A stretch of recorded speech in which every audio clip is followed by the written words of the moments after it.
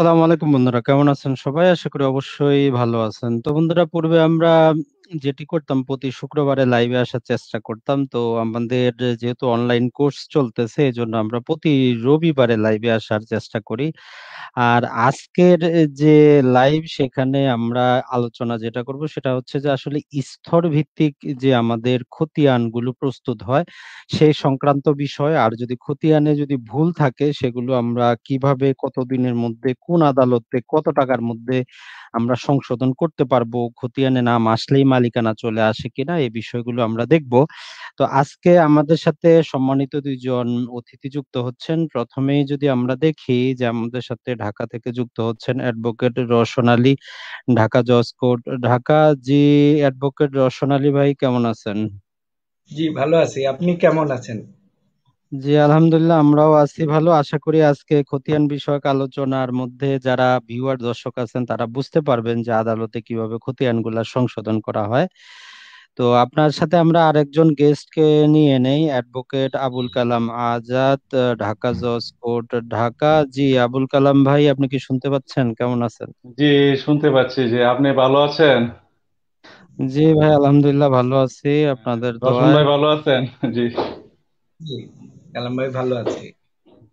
জি, প্রথমেই আমরা আসলে খতিয়ান বিষয়ে প্রথমে রোশন ভাইয়ের কাছ থেকে কিছুটা শুনবো, এবং পরে আমরা কালাম ভাইয়ের কাছ থেকে বিস্তারিত আরো জানবো যে আসলে স্তর ভিত্তিক কিভাবে খতিয়ান গুলা তৈরি হয়। আমরা যদি একটা জিনিসের তৈরির প্রসেস জানি, আমরা বুঝতে পারবো যে তৈরি করার সময় আমি কোথায় কোথায় যদি সতর্কতা অবলম্বন করি, তাহলে আমার খতিয়ানে ভুল হবে না। তো প্রথমেই আমরা যদি রোশন ভাইয়ের কাছে একটু জানি যে আসলে আপনারা যেহেতু প্র্যাকটিস করেন, বাস্তবে আপনার কাছে মানে কি পর্যায়ে লোকগুলো আসে, কতদিন পরে আসে, যে 10-20 বছর পরের খতিয়ানগুলো সংশোধন করার জন্য আসে, না এই যে ভূমি জরিপ সম্পন্ন হওয়ার পর পর সাথে সাথেই আসে খতিয়ান সংশোধন করার জন্য? রোশন ভাই। ধন্যবাদ আজিমুদ্দিন ভাই, সুন্দর একটি প্রশ্ন করার জন্য। বিশেষ করে এই অংশটার কথা বলবো যে আপনি বললেন যে কখন আসলে মানুষজন আসেন, যে আদালতে তাদের দলিল বলি, অনেক সময় দলিলের সংশোধনের ব্যাপার থাকে, আর খতিয়ানের সংশোধনের ব্যাপারটা অবশ্যই আলাদা। এবং এইখানে বিশেষ করে মানুষজন আসতে কেন দেরি করেন তার প্রেক্ষাপটটা আমি একটু যদি বলি, তাহলে অনেক সময় ক্লিয়ার হয়ে যাবে। দেখা যায় অধিকাংশ সময় মানুষের ধারণা হলো যে যদি আমি নিজে এই দখলে থাকি আর সেই খতিয়ানটা যদি ভুল হয়ে থাকে, তাহলে তাদের ধারণা হলো যে আদালতে এখন গিয়ে সময় নষ্ট করে লাভ নাই, পরবর্তীকালে আরেকটা জরিপ আসবে, সেই জরিপে আমি ঠিকঠাক করে নিব, আমার আর টেনশন নেই। এই ধরনের ধারণা নিয়ে কিন্তু অনেকে বসে থাকে।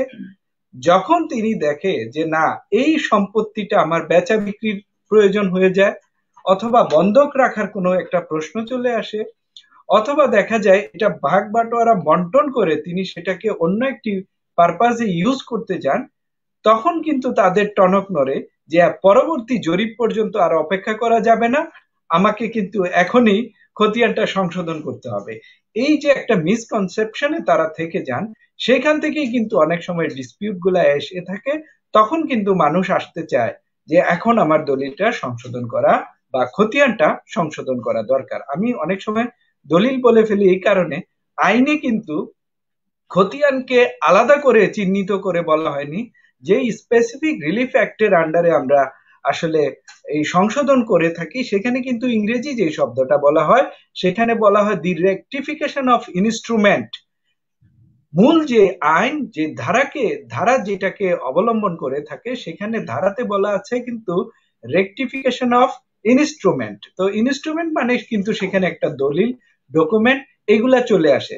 এই ধারার কে অবলম্বন করেই কিন্তু আমরা খতিয়ান সংশোধনের মোকদ্দমা করে থাকি। এবং খতিয়ান সংশোধনের মোকদ্দমাকে চালাতে গিয়ে আমাদেরকে যে সকল বিষয় আসলে অবলম্বন করতে হয়, আমাদেরকে যে সকল বিষয় প্রমাণ করতে হয়, যে সকল বিষয় লক্ষ্য রাখতে হয়, তারও একটি কিন্তু গাইডলাইন এই সুনির্দিষ্ট প্রতিকার আইনের একটি ধারাতে বলে দেওয়া আছে, যেখানে কিন্তু এই দলিল সংশোধনের মূল নীতি হিসাবে সেখানে উল্লেখ করা আছে। এবং সেটাকে আমরা অবলম্বন করে থাকি। এবং সেখানে ইংরেজিতে যে বলা হয় প্রিন্সিপালস অফ রেকটিফিকেশন, এই যে সংশোধন করা হবে সেটার মূল প্রিন্সিপালটা কি, সেখানে মূল নীতিটা কি হবে, সেখানে কিন্তু সেটা সুন্দরভাবে বর্ণনা করা আছে সুনির্দিষ্ট প্রতিকার আইনের 33 ধারাতে। এই ধারাগুলাকে অবলম্বন করে আমরা মূলত খতিয়ান সংশোধন করে থাকি। এখন মনে রাখতে হবে আমরা খতিয়ান সংশোধনের জন্য কোন কোন আদালতে কখন যেতে পারি। এটা যদি একটু ব্যাখ্যা করি তাহলে দর্শকদের কাছে পরিষ্কার হয়ে যাবে যে আদালত পর্যন্ত আমরা কখন যাচ্ছি এবং কোন কোন আদালতে আমাদের যাওয়ার সুযোগ থাকে। এখানে আমাদের মনে রাখতে হবে যে আমরা খতিয়ান সংশোধনের ব্যাপারটা আমাদের সামনে যখন আসে তখন হয়তোবা আমরা সিএস খতিয়ান নিয়ে আসতে পারি খতিয়ান সংশোধনের জন্য, এসএ খতিয়ানের বিষয়টাও চলে আসতে পারে, আরএস খতিয়ানের বিষয়টা চলে আসতে পারে, বিএস খতিয়ানের সংশোধনের ব্যাপারটা চলে আসতে পারে। বিএস এর পাশাপাশি আমরা যেটাকে মহানগর জরিপ অনেক জায়গায় বলে থাকি, অনেক জায়গায় সিটি জরিপ বলে থাকি, আর বিশেষ করে ঢাকায় যারা আছেন তারা তো সেটাকে ঢাকা সিটি জরিপ হিসেবে আমরা আখ্যায়িত করে থাকি। এখন দেখা যায় এই সর্বশেষ যে খতিয়ান যেটাকে আমরা বিএস খতিয়ান বলে থাকি বা সিটিতে সিটি জরিপ খতিয়ান বলে থাকি, এই সিটি জরিপ খতিয়ানকে যাতে দ্রুত সংশোধন বা এই ধরনের নিষ্পত্তিগুলা করার জন্য আমরা যে আদালত বা ট্রাইব্যুনাল আমরা জেনে থাকি সেটাকে আমরা বলতেছি land survey tribunal. Land survey ট্রাইব্যুনালেই কেবলমাত্র আমরা বিএস খতিয়ান বা সিটি জরিপ খতিয়ান বা অনেক জায়গায় মহানগর জরিপ খতিয়ান হিসাবেই অনেকেই সাধারণ মানুষরা জেনে থাকেন। এই খতিয়ানকে সংশোধনের জন্য আমরা ল্যান্ড সার্ভে ট্রাইব্যুনালে আসতে হচ্ছে। আর অনেক সময় দেখা যায় এই খতিয়ানের বাইরে যদি সেটা আরএস খতিয়ান হয়ে থাকে, এসএ খতিয়ান হয়ে থাকে, সেইগুলাকে সংশোধনের জন্য আমরা মূলত দেওয়ানি আদালতে যেয়ে থাকি। অনেক সময় দেখা যায় অনেক ভুক্তভোগীরা যারা খতিয়ান সংশোধনের মোকদ্দমা করতে দেরি করে ফেলেন, যেমন বিশেষ করে আমাদের বলতে হয় ল্যান্ড সার্ভেতে যে খতিয়ানগুলো আমরা সংশোধন করতে যাই সেটা বিএস খতিয়ান বা সিটি জরিপ খতিয়ান হোক, সেটা যদি আমরা যথাসময়ে দায়ের করতে না পারি, প্রিন্টেড পাবলিকেশন হওয়ার পর অর্থাৎ গেজেটেড হওয়ার পর যদি আমরা 1 থেকে 2 বছরের মধ্যে ল্যান্ড সার্ভে ট্রাইব্যুনালে যেতে ব্যর্থ হই, সেই ক্ষেত্রে কিন্তু আমরা দেওয়ানি আদালতের সহযোগিতা নিয়ে থাকি এই বিএস খতিয়ান বা সিটি জরিপ খতিয়ানকে সংশোধনের জন্য। পাশাপাশি আরেকটা বিষয় বলতে হয়, ইভেন ল্যান্ড সার্ভে ট্রাইব্যুনালে অনেক সময় আসতে হয় না যদি দেখা যায় আমাদের যে সকল খুঁটিনাটি ভুল হয়ে থাকে, নামের বানানের ভুল হতে পারে বা অন্যান্য ছোটখাটো ক্লারিক্যাল মিস্টেক যেগুলাকে আমরা আখ্যায়িত করতে পারি, এই ধরনের মিস্টেক হলে তাহলে কিন্তু আর আমাদেরকে ল্যান্ড সার্ভে ট্রাইব্যুনাল পর্যন্ত যেতে হয় না। তবে অনেকের ধারণা, এখানে আরেকটা ধারণা অনেকে পুষে রাখেন যে যদি আমার খতিয়ানে সামান্য ভুল হয়ে থাকে সেটা দিয়ে যদি আমি একটু টাকা খরচ করে কোনোভাবে মিউটেশন করায় ফেলতে পারি, তাহলে সেখানে দরকার পড়লে 20-30 হাজার টাকা 50 হাজার টাকা খরচ করে মিউটেশন করে যদি আমার বর্তমান পারপাসকে সার্ভ করে ফেলতে পারি, তাহলে সেটাকে ধামাচাপা দিয়ে আমরা অনেক সময় রাখতে পারি। আমাদের দেশের মানুষের আরেকটা টেন্ডেন্সি এখানে কাজ করে, তারা কোনো কোনো কাজ, অবৈধ কাজ কিছু টাকা পয়সা যদি খরচ করে করে ফেলতে পারে তখন মনে করে এবং সবাই দাবি করে বাংলাদেশে টাকা দিলে সবই হয়, বাংলাদেশে টাকা দিলে বাঘের চোখ পাওয়া যায়। এই ধরনের কথাবার্তা সামনে এসে অনেকে এই ধরনের অবৈধ কাজকে উৎসাহিত করেন। কিন্তু এক সময় দেখা যায় যখন এই সমস্যাগুলা প্রপারলি সামনে চলে আসে তখন কিন্তু আর টাকা খরচ করেও এই সমস্যা থেকে আর উত্তরণ করা যায় না। তখনই কেবলমাত্র মানুষ আদালতে আসেন, অ্যাডভোকেটের সাথে এসে কনসালটেন্সি করেন, কিন্তু সমস্যাটা যখন অ্যারাইজ হয়, সমস্যাটা যখন তাদের সামনে আসে তখন কিন্তু তারা প্রপারলি অ্যাডভোকেট বা আইনজীবীর কাছে যান না।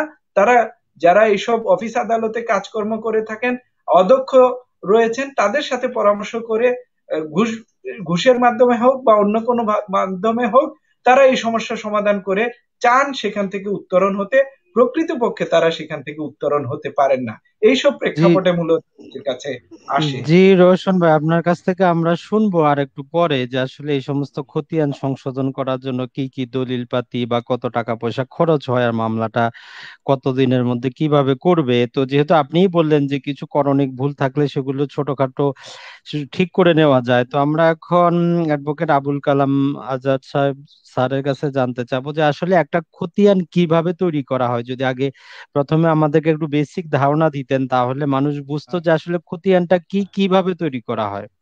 আচ্ছা, আমি কি এখন বয়া কানেকশন দিব? এমনি শোনা যাচ্ছে, সমস্যা নাই, বলেন। এমনি বলা, আমি ডিসপ্লেতে দেখাইলে সবচেয়ে ভালো হইতো আর কি। আচ্ছা দেন, বয়ার সমস্যা কানেকশন নিয়ে নিই, বয়ার নেই। কানেকশন দেন নিয়ে দিয়ে দিব। আচ্ছা, দেন দেন। ধন্যবাদ। প্রস্তুতের ধারাবাহিক স্তরগুলি সম্পর্কে এই করার সুযোগ দেওয়ার জন্য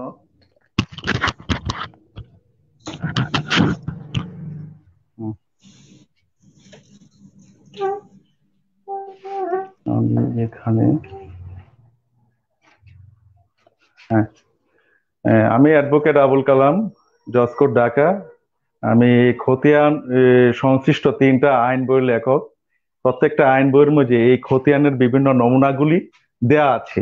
আমি আজকে আলোচনা করব ভূমি জরিপের যে 4টি স্তরে যে এ, এ, খতিয়ানগুলি সংশোধন করা হয়, এবং প্রথম যে ভূমি জরিপের স্তর হচ্ছে খানাপুরি স্তর, কিভাবে খতিয়ানটা প্রণয়ন করা হয়, বোঝার স্তরে কিভাবে সংশোধন করা হয়, এবং তসদিক স্তরে কিভাবে সংশোধন করা হয়, আপত্তি স্তরে খতিয়ানটা কিভাবে সংশোধন করা হয়, এবং আপিল স্তরে কিভাবে সংশোধন করা হয়। এই স্তরগুলি নিয়ে সংক্ষিপ্তভাবে আলোচনা করার চেষ্টা করছি। এখানে একটি খতিয়ানের ফরমের নাম্বার হচ্ছে বাংলাদেশ ফরম নং 5462 সংশোধিত। এই ফরমের প্রথমে সর্বোপরে রয়েছে খতিয়ান নং, তারপরে লাইনে রয়েছে জেলা ঢাকা বা জেলা, থানা, মৌজার নাম, জেল নং এবং রেভিনিউ সার্ভে নং। এটা একটা নমুনা খতিয়ানের দিয়েছি এই বোঝার সুবিধার্থে। এখানে খতিয়ানের 9টি কলাম রয়েছে। 1 নং কলামে হচ্ছে ভূমি মালিকের নাম, আমি সংক্ষিপ্তভাবে বলছি। 2 নং কলামে হচ্ছে অংশ। 3 নং কলামে রাজস্ব বা ভূমি জরিপের প্রাথমিক স্তরে মৌসুমী সর্দার আমিনগণ এস এ দাগের রেফারেন্সটা ব্যবহার করে থাকেন বর্তমানে। আর 4 নং কলামে হচ্ছে দাগ নং। 5 নং কলামে হচ্ছে জমির শ্রেণী। এখানে আবার দুটো উপকলাম রয়েছে। কৃষি হচ্ছে 5-এর ক এবং অকৃষি 5-এর খ। যদি এই মৌজাটা যদি পৌরসভাভুক্ত হয়ে থাকে তাহলে অকৃষি কলামে, আর যদি ইউনিয়নভুক্ত হয়ে থাকে তাহলে হবে কৃষির কলামে।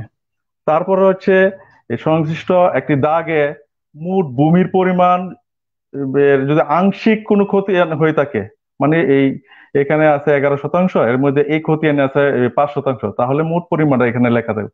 যেহেতু এই 70 নং দাগের সমুদয় সম্পত্তির মালিক হচ্ছে এই সুজন, তাহলে এখানে আসবে 7 নং কলামে হবে অত্র খতিয়ানের ভূমির অংশ, যেটা আপনার 7 নং কলামে লিখেছে। এবার 8 নং কলামে লেখা আছে অংশ অনুযায়ী জমির পরিমাণ। এটা আবার দুইটা কলামে বিভক্ত, একর এবং শতাংশ। একর হচ্ছে 8-এর ক, শতাংশ 8-এর খ। 9 নং কলাম হচ্ছে দখল বিষয়ক বা অন্যান্য বিশেষ মন্তব্য। এখন আমি আলোচনা করব ভূমি জরিপের খানাপুরি স্তরে কিভাবে খতিয়ানটা প্রণয়ন হয়। ভূমি জরিপের প্রাথমিক স্তরে সরজমিন নকশা প্রণয়ন করা হয়। নকশার মধ্যে দাগ নাম্বার বসানো হয়। এই দাগটি কোন ভূমি মালিক বুক দখল করে থাকেন তার একটা খসড়ায় একটা দখল নোট করা হয়। পরবর্তীতে ভূমি মালিকের এই মালিকগণ যেভাবে ভূমির মালিক হয়েছেন, হয়তো দলিল মূলে বা ওয়ারিশ সূত্রে, ওই তথ্যের উপর ভিত্তি করে মৌসুমী সর্দার আমিনগণ সরজমিনে ওই সংশ্লিষ্ট দাগে গমন পূর্বক 1 নং কলমে ভূমি মালিকের নাম লিখেন, যেমন সুজন, পিতা রাজু, সাং পূর্বপাড়া। এটা সবুজ কালি দ্বারা লিখে থাকেন। তারপরে তার অংশ হচ্ছে, যেহেতু একা মালিক, এখানে 16 আনা। তারপরে এ, সে যে নতুন দাগ হচ্ছে 70 নং দাগ, পুরনো দাগ হচ্ছে 21, এস এ দাগ 21 নাম্বার, নতুন দাগ হচ্ছে 70 নং। আর এস এ 21 নং দাগটি এসেছে এস এ 60 নং খতিয়ান হতে আগত। এটার একটা রেফারেন্স এখানে দেওয়া থাকে, এরকম গোল চিহ্ন দিয়ে এস এ খতিয়ান। আমি একটু বোঝার সুবিধাতে এস এ খং এটা সংক্ষিপ্ত ভাবে আমি লিখেছি। তারপরে জমির এই হাল দাগ নাম্বার লেখা হবে 4 নং কলামে। 5 নং কলামে যেহেতু এটা ইউনিয়নভুক্ত একটা মৌজা, এখানে শ্রেণীটা এসে কৃষি কলামে, 5-এর ক নং কৃষি কলামে। তারপরে এই দাগে সমুদ্র ভূমির মালিক যেহেতু এই সুজন, তাহলে এখানে এই 6 নং কলামে এটা খালি থাকবে। 7 নং কলামে 16 আনা লেখা হবে। এবং এই 70 নং দাগে নকশা মোতাবেক যে জমির পরিমাণটা এসেছিল সেই পরিমাণটা এখানে বসাবে 11% বা 1100 অযুতাংশ। এটা হলো ভূমি জরিপের মৌসুমী সর্দার আমিন কর্তৃক কালো কালি দ্বারা খতিয়ান প্রণয়নের প্রথম স্তর। দ্বিতীয় স্তর শুরু হবে যখন মৌসুমী সর্দার আমিন এই খতিয়ানটা বিলি করবেন। বিলি করার সময় সম্পূর্ণ কালো কালির যে কলামগুলি ছিল ওইগুলি শুধু লেখা থাকবে। আর বুজারো স্তরে মৌসুমী সর্দার আমিন সবুজ কালি ব্যবহার করে থাকবেন। সবুজ কালি ব্যবহার করে থাকবেন।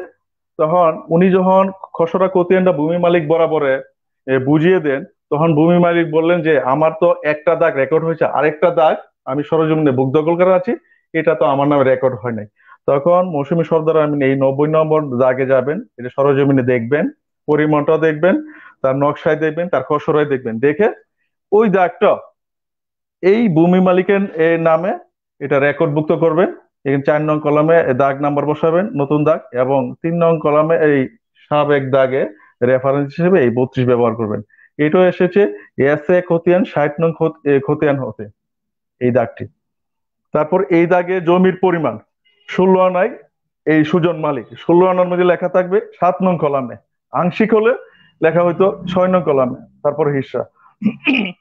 16 আনা জমির পরিমাণ হচ্ছে আপনার 2400 অযুতাংশ বা 24%। 2400 অযুতাংশ বা 24%। তারপর ভূমি মালিক এই খসড়া খতিয়ানের কপি প্রাপ্ত হলেন। আর খসড়া খতিয়ানের মধ্যে এখানে দখল মানে দং মানে দখলকার, যেহেতু একজন ভূমি মালিক, এই যে এক দিয়ে মৌবলক বন্দি করা হয়েছে, এখানে মৌবলক বন্দি করা হয়েছে যাতে অন্য কোনো নাম যাতে না এই অনুপ্রবেশ কেউ না করাতে পারে বা কোনো টেম্পারিং না করতে পারে। তারপরে এটা আবার কথায় লেখাতে হবে মৌবলক এক নাম মাত্র, এটা সবুজ কালি দ্বারা মৌসুমী সর্দার আমিন এটা লিখে থাকেন। এখন শেষ হয়ে গেল ভূমি জরিপের মাঠ পর্যায়ে প্রথম স্তরে কালো কালি এবং দ্বিতীয় স্তরে সবুজ কালির ব্যবহার। এবার আসবো আমরা লাল কালির ব্যবহার নিয়ে।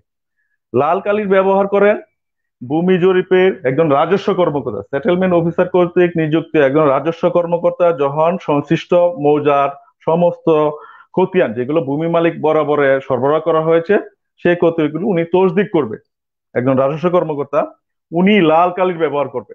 তসদিক স্তরে এই সুজন এর বুকদখলিয়া 70 নং দাগে যে 11% জমি রয়েছে, এই 70 নং দাগের পাশের দাগ 71 নং দাগের ভূমির মালিক একটি বিবাদ কেস দাখিল করেন 46/1997। এটা একটা কাল্পনিক নাম্বার। এটা এই বিবাদ কেস দায়ের করে উনি রাজস্ব কর্মকর্তার নিকট অভিযোগ করলেন যে আমার 71 নং দাগে আমার 1% জমি কম আছে, কিন্তু এই 1% জমি আমি মাপযোগ করে নতুন নকশা সরজমিন এবং পুরনো নকশা মাপযোগ করে দেখতে পেলাম 70 নং দাগের 11% ভূমির সহিত আমার 1% ভূমি রয়েছে। তারপর উনি একটা বিবাদ যে কেস করলেন, এটার সমর্থনে আর একটা সরজমিনে এই নতুন নকশা মোতাবেক সরজমিনে প্লট মাপার একটা দরখাস্ত দিলেন। এটা জরিপের ভাষায় বলে বদর তদন্ত, বা কোর্টের ভাষায় বলা হয় যে অ্যাডভোকেট সার্ভে কমিশন যেটা আর কি। এটা এই 18 নং দরখাস্ত হচ্ছে বদর দরখাস্ত নং। এটার পরিপ্রেক্ষিতে সরজমিনে মাপযোগ করে দেখলেন 70 নং দাগে সরজমিনে জমি আছে 10%, আর সুজনের মালিকানাও আছে 10%। অর্থাৎ এই 71 নং দাগে যিনি অভিযোগ করেছেন বিবাদ কেসের মাধ্যমে, উনার দাবিকৃত 1% ভূমি এই 70 নং দাগ হতে কর্তন করা হইলো, 11 কেটে লেখা হইলো 10, মানে 1000 অযুতাংশ। আর 1% জমি এই বিবাদ কেসের বাদীর নামীয় যে খতিয়ান আছে 71 নং দাগে, ওই দাগের সাথে সংযুক্ত করা হলো। আর এটা সম্পূর্ণ করা হয়, এই কারেকশনটা করা হয় লাল কালি দ্বারা। তারপরে এই রাজস্ব কর্মকর্তা এই খতিয়ানটি তসদিককৃত করবেন লাল কালি দ্বারা। এটা লিখবেন তসদিককৃত, স্বাক্ষর, তারিখ, রাজস্ব কর্মকর্তা। যেমন সেটেলমেন্ট, আমি কোনো সেটেলমেন্টের কার্যালয়ের পূর্ণাঙ্গ নাম বলছি না। এইটা হইলো তসদিক স্তরে এই লাল কালির ব্যবহার শেষ হয়ে গেল। তারপরে আসলো যখন খতিয়ানটা তসদিক হওয়ার পরে খতিয়ানটার একটা চূড়ান্ত প্রকাশনা দেওয়া হয়, খসড়া প্রকাশনা। এটা দেওয়া হয় 1955 সনের প্রজাস্বত্ব বিধিমালার এই বিধিমালার 29 বিধি মোতাবেক। এই 29 বিধি অনুযায়ী 1 মাস এই একটি মৌজার সমস্ত খতিয়ান এর মূল বহি এবং নকশা সরজমিনে প্রদর্শনের জন্য থাকে। এই ওই প্রদর্শনের আগ মুহূর্তে নামের সিরিয়াল মোতাবেক ডিপি খতিয়ান নাম্বারটা দেওয়া হয়, এই 207। এই ডিপি খতিয়ান নাম্বার দেওয়া হয় নামের সিরিয়াল অনুযায়ী। প্রথমে সরকারি বিভিন্ন প্রতিষ্ঠানের খতিয়ান, তারপরে সর সিরিয়ালের খতিয়ান, সরায়া, এভাবে দুন্তাস বা বিভিন্ন অক্ষর অনুযায়ী এই এই নাম্বারটা দেওয়া হয়, তখন এই খতিয়ান নাম্বারটা আর ব্যবহৃত হয় না। যে খতিয়ান নং 61 এটা বুজাত খতিয়ান, এটা মৌসুমী আমিন কর্তৃক প্রদেয়। আর ডিপি খতিয়ানটা হচ্ছে রাজস্ব কর্মকর্তা কর্তৃক প্রদেয়। অর্থাৎ এই ডিপি খতিয়ান নাম্বার দেওয়া হলে এই বুজারত খতিয়ানের আর কোনো আবশ্যকতা থাকে না। আর খতিয়ানটা যখন ছাপানো হবে তখন কিন্তু এই নাম্বারটাই ব্যবহৃত হবে। আর এখানে আরেকটা বিষয় জড়িত, এই যে চূড়ান্ত এই খসড়া প্রকাশনের সময় যদি কোনো ভূমি মালিক যদি দেখেন তাহার জমি কিছুটা কম রেকর্ড হয়েছে বা রেকর্ড হয় নাই, তাহলে তাকে এই খতিয়ান হতে এই দাগ এবং যার নামে রেকর্ড হয়েছে এগুলো নোট করে নিয়ে উনি একটা আপত্তি কেস দাখিল করতে পারেন। এখানে একটা আপত্তি কেসের নমুনা দেওয়া আছে 85/1998। এখানে একটা লক্ষণ, আপত্তি স্তরে আপত্তি কর্মকর্তা বেগুনি কালির ব্যবহার করে থাকেন। যেহেতু বেগুনি কালির কোনো আমি এই ধরনের এই কলম পাইনি, এই জন্য আমি এখানে নীল কালিটা আপনার ব্যবহার করেছি। এটা জাস্ট বোঝার সুবিধার্থে, এই কালিগুলো হবে বেগুনি কালি। আপত্তি অফিসার বেগুনি কালি ব্যবহার করে। তারপরে এই আপত্তি কেস দাখিল করে আপত্তি কেসের বাদী দাবি করলেন যে সাবেক দাগ 32, নতুন দাগ 90, এই জমি শ্রেণী কান্দা, এখানে জমি আছে মোট 24%, আমি 12% জমি আমি সুজন এর পিতা রাজুর কাছ থেকে অনেক আগেই, মানে রাজু জীবিতকালীন অবস্থায় আমি ক্রয় সূত্রে দলিল মূলে মালিক।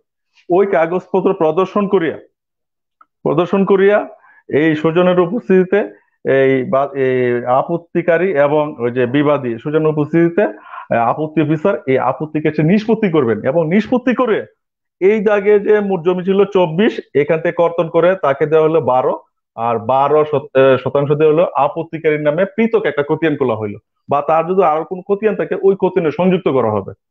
আর এখানে হিস্সা ছিল 16 আনা, এখানে হিস্সাটা হয়ে যাবে এই 8 আনা বা 0.500। আর মোট অত্র দাগে মোট জমির পরিমাণ হবে 2400 বা 24%। এই মোতাবেক এটা কারেকশনটা হবে। এখান গেল আপত্তি স্তরের কথা, এবার আসি আপিল স্তরে। আর আমি এখানে আপত্তি অফিসারের স্বাক্ষর শিল থাকবে। এখানে আমি যেহেতু কোনো কার্যালয়ের স্বাক্ষর শিল আমি ব্যবহার করছি না, আর অফিসের গুল শিল একটা ব্যবহৃত এই কর্নারে সাধারণত, এখানে আমি একটা বৃত্ত দিয়ে রেখেছি জাস্ট বোঝার সুবিধার্থে। তারপরে আপিল স্তরে ভূমি জরিপের সর্বশেষ স্তর হচ্ছে আপিল স্তর, ওখানে আপনার খতিয়ান সংশোধন করার একটা সুযোগ রয়েছে। এটা হচ্ছে প্রজাস্বত্ব বিধিমালার 31 বিধি মোতাবেক। এখানে রাজু এর কন্যা মিনা সে আসলো, আয়সা এই খতিয়ানের ওয়ার্কিং বা এই যে তসদিক খতিয়ান একটা কপি সংগ্রহ করলো, জরিপ অফিস থেকে সংগ্রহ করে বললো যে রাজু এর সন্তান এক ছেলে এক মেয়ে সুজন এবং মিনা, আমি টোটাল সম্পত্তি 3/1 মালিক। উনি এটার সমর্থনে প্রয়োজনে কাগজপত্র ওয়ারিশন সনদপত্র সহ অন্যান্য বিধিমূলক কাগজপত্র নিয়ে উনি একটা আপিল কেস করলেন। আপিল অফিসার উভয় পক্ষকে নোটিশ প্রদান করে উভয় পক্ষের উপস্থিতিতে আপিল কেসটি নিষ্পত্তি করেন, এবং আপিল অফিসার সিদ্ধান্ত প্রদান করেন যে এই ডকুমেন্টের উপর ভিত্তি করে রাজু এর কন্যা এই মিনা উনি প্রত্যেক ওয়ারিশ টোটাল সম্পত্তি 3/1 মালিক। তারপর কি হলো, উনি এই খতিয়ানে যে আগে লিখলেন একজন মালিক, এটা কেটে দিলেন, এক নাম মাত্র কেটে দিলেন, দিয়ে 2 নম্বর নাম লিখলেন মিনা, জংমানি স্বামী রানা এই পায়না, তারপর লেখেন 2 মোবাইল বন্দি করে 2 নাম মাত্র। আর এখানে এটা কিন্তু উনি কেটে দিলেন, কেটে দিয়ে ওনার অংশ দিয়ে দিলেন 667, আর মিনা এর অংশ দিয়ে দিলেন 0.333, এই হচ্ছে 1 টাকা। এবং যথারীতি আপিল অফিসার তার নাম সহ স্বাক্ষর শিল প্রদান করবেন, এটা আমি একটা বৃত্ত আকারে দিয়েছি, এবং আপিল কেসের নাম্বারটাও এখানে দেওয়া থাকবে। আর প্রত্যেকটা যে কারেকশন হলো এই কারেকশনের বিষয়গুলো ওই কালি দ্বারা করবেন এবং টোটাল পরিমাণটা এখানে লিখবেন। এখানে আরেকটা বিষয় লক্ষণীয় যে ভূমি জরিপের আমি এই সংক্ষেপে শেষ করে দিচ্ছি, ভূমি জরিপের প্রাথমিক স্তরে মৌসুমী সর্দার আমিন কালো কালি দ্বারা খতিয়ান করবেন এবং সবুজ কালি দ্বারা খতিয়ান সংশোধন করতে পারে। এটা মৌসুমী সর্দার আমিন যিনি সরজমিনে নকশা এবং খতিয়ান প্রণয়ন করবে, তার দায়িত্ব এখানেই শেষ। তার পরবর্তীতে রাজস্ব কর্মকর্তা লাল কালি দ্বারা খতিয়ান সংশোধন করতে পারেন, খতিয়ান বাতিল করতে পারেন, জমির পরিমাণ বাড়াতে পারেন, কমাতে পারেন, নাম সংযোজন করতে পারেন, বিয়োজন করতে পারেন। আর যখন তসদিক হয়ে যাবে তারপরে সর্বশেষ টাইমে উনি নামের সিরিয়াল অনুযায়ী ডিপি খতিয়ান নাম্বারটা ব্যবহার করেন, তখন এই খতিয়ানের নাম্বারটা আর ব্যবহৃত আর হবে না। আর আপিল স্তরে কালুকালি দ্বারা একজন আপিল কর্মকর্তা খতিয়ান এই নাম সংযোজন করতে বিয়োজন করতে পারবেন, দাগ সংযোজন বিয়োজন, জমির পরিমাণ বৃদ্ধি বা কম, আর যদি কোন রেফারেন্সে উনি এই জমির পরিমাণ বৃদ্ধি করলেন, কমালেন বা ইয়া করলেন, এটার একটা সংক্ষেপে আপিল কেস নাম্বার এটা এই মন্তব্য কলমে সাধারণত লেখা থাকে আর কি। আর আমার এই বিষয়টা সম্পূর্ণ পরামর্শমূলক তথ্যকণিকা। এটা যদি কোনো ভূমি মালিকের কোনো খতিয়ানের সাথে যদি হুবহু মিলে যায় তাহলে আমি আন্তরিকভাবে দুঃখিত। এটা একটা পরামর্শমূলক তথ্যিকা, এটার সাহায্যে ভূমি মালিকগণ যাতে তাদের সমস্যাগুলি যাতে শনাক্ত করতে পারেন এবং ধারাবাহিকভাবে যাতে খতিয়ান যাতে প্রণীত হয়, ওই স্টেজগুলি যাতে পরিচিত হইতে পারেন, সেই জন্য আমার এই ক্ষুদ্র প্রয়াস। ধন্যবাদ আজিমউদ্দিন ভাইকে আমাকে এই বিষয়ে বক্তব্য দানের সুযোগ দানের জন্য। ধন্যবাদ।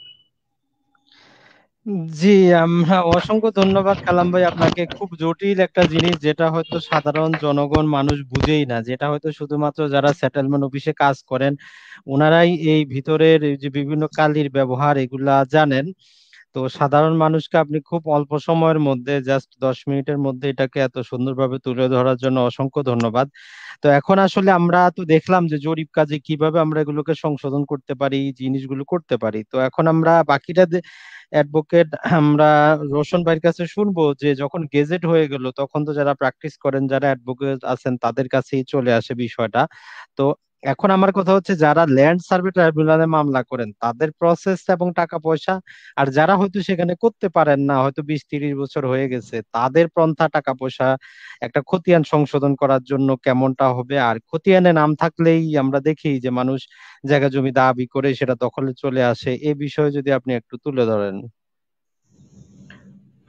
আসলে আমাদের এই সমস্যাগুলা যত দিন যাবে আমার বিশ্বাস যে আমরা যদি আহ, যথাযথ প্রক্রিয়া মেনটেন করে আগামী দিনে যে জরিপ কাজটা আসবে আমার বিশ্বাস সেখানে যদি আইনটাকে স্ট্রিক্ট করে দেওয়া হয় যে আহ, একটু লাইবিলিটি নিয়ে আসা, যারা জরিপ কাজের সাথে ইনভলভমেন্ট থাকবে তাদেরকেও যদি একটু আইনের আওতায় একটু আনা যায়, যেন একটু দায়বদ্ধতা রাখা যায়, তাহলে কিন্তু জরিপ প্রক্রিয়ার সময় জরিপ চলাকালে যে সকল আমি আমি বলবো কিছু কিছু ক্ষেত্রে কিছু কিছু অন্যায় হয়ে যায় সেইগুলাকে প্রোটেকশনের যদি কোনো একটা বন্দোবস্ত রাখা যায় আইনে, তাহলে কিন্তু অনেকাংশেই অনেক মামলা মোকদ্দমা থেকে মানুষ বেরিয়ে আসতে পারবে।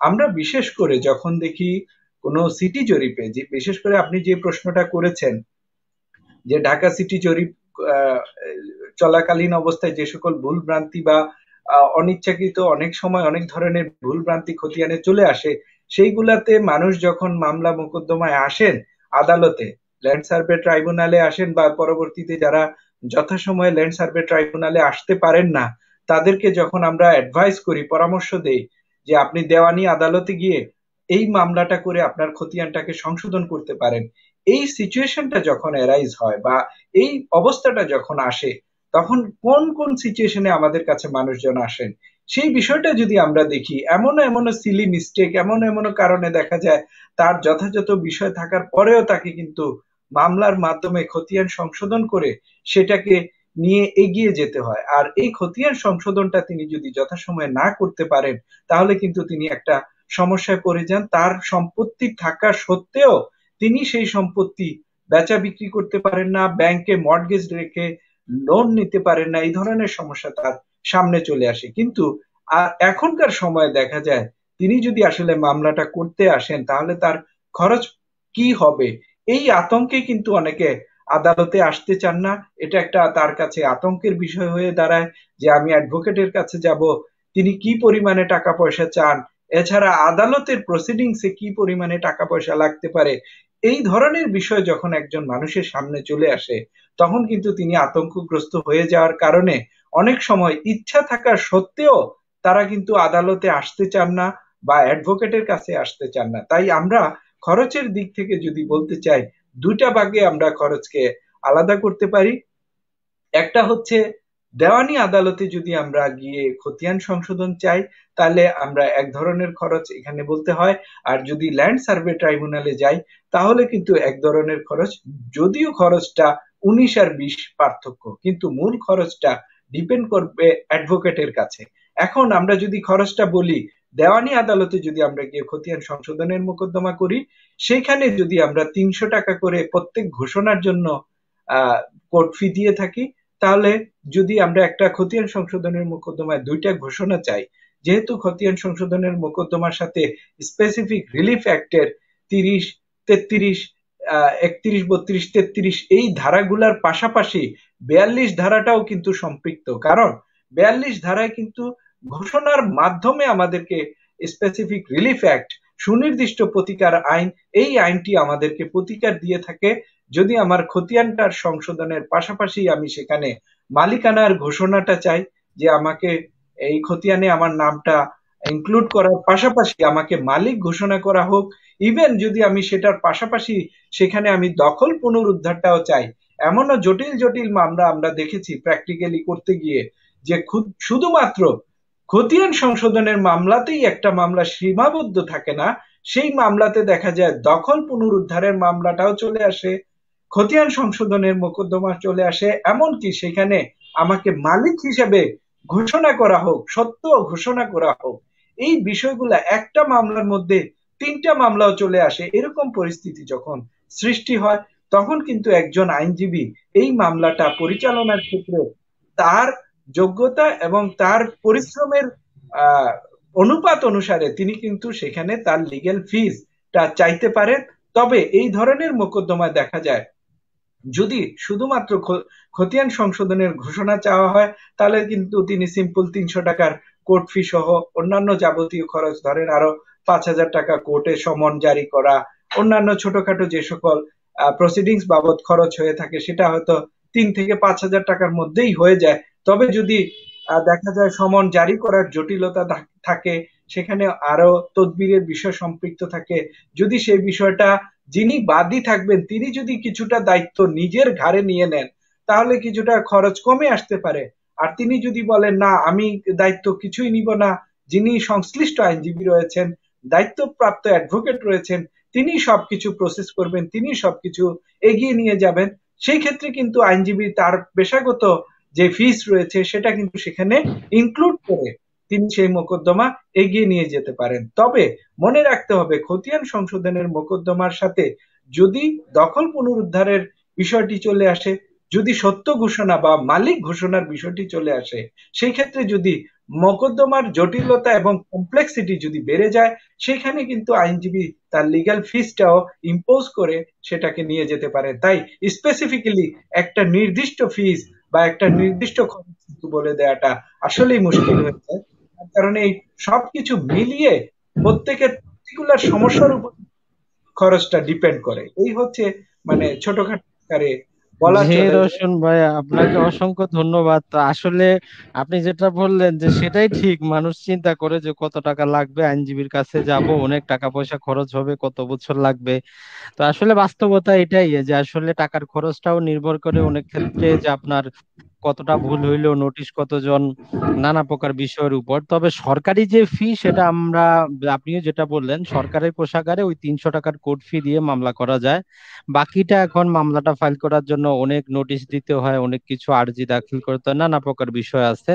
তবে এখন পর্যন্ত আমার যতটুকু জানা আছে, ল্যান্ড সার্ভে ট্রাইব্যুনালের 1,000 টাকা কোর্ট ফি, আপনার যদি ল্যান্ড সার্ভে ট্রাইব্যুনালে মামলা করতে হয় 1,000 টাকা সরকারি কোষাগারে জমা দিয়েই বাকি প্রসেসটা আপনাদের করতে হয়। তো যাক, আপনার কাছ থেকে আমরা আরেকটু শুনবো। তো আমরা এখন আমাদের যে আবুল কালাম আজাদ ভাইয়ের কাছে কিছু প্রশ্ন করব, যেহেতু উনি আমাদেরকে খুব সহজ অল্প সময়ের মধ্যে বিষয়টা তুলে ধরলেন যে খতিয়ানের কিভাবে স্তর ভিত্তিক কাজগুলা হয়। তো এখন আমরা জানি যে খতিয়ানের মূল ভিত্তি হচ্ছে নকশা। তো এখন যদি এই নকশায় যদি ভুল হয়ে যায়, জাস্ট ওনার কাছে আমরা জানবো যে তাহলে কি করা হবে। আমরা তো খতিয়ান বুঝলাম যে খতিয়ানে আমরা বিবাদ ফর্ম দিব, আপত্তি করব, আপিল করব, করণিক ভুল ঠিক করব। এখন যদি নকশায় ভুল হয়ে যায় তাহলে আমরা কি করব, আবুল কালাম আজাদ ভাই? হ্যাঁ, ধন্যবাদ আজিমুদ্দিন ভাইকে। নকশায় ভুল বিভিন্ন ধরনের হতে পারে। যখন মৌসুমী সরদার আমিন সরজমিনে এই নতুন প্রস্তুতকৃত নকশা নিয়ে যান। নিয়ে গিয়ে প্রত্যেকটা প্লটে কে দখলে আছেন তার নাম লেখা হয়। তারপর ওই নকশার মধ্যে নতুন একটা নাম্বার দেওয়া হয়। আর কোনো সময় যদি কোনো নকশা ভুল ক্রমে যদি দাগ নাম্বার ব্যবহৃত না হয়, পরবর্তীতে ধরা পড়ে, তখন এইখানে একটা বাট্রা দাগ নাম্বার দেওয়ার সুযোগ আছে। যেমন এই একটা নকশার মাঝখানে একটি দাগ নাম প্লটের নাম্বার বিহীন রয়ে গেল, এটা যখন চূড়ান্ত কালি করা হয় তখন ধরা পড়লো যে এখানে তো একটা প্লটের নাম্বার পড়ে নাই। তখন এই মৌজার সর্বশেষ যে শীটের যে সর্বশেষ নাম্বার যেন হতে পারে 1 থেকে 405 পর্যন্ত, তখন 406 নাম্বার দেওয়া হবে। এবং যেই দাগের পাশে এই দাগটির অবস্থান, অর্থাৎ এই প্লটটির উত্তর পাশে যে দাগটি আছে ওটাকে ও ভগ্নাংশ করে উপরে লেখা হবে, আর নিচে লেখা হবে সর্বশেষ দাগ নাম্বারটি, যেটা বাট্রা দাগ নাম পরিচিত। আর নকশায় আরেকটা জিনিস ভুল হয়ে থাকে সাধারণত, নকশা এই সরজমিনে দুটো প্লট আছে, একটা প্লট করা হলো।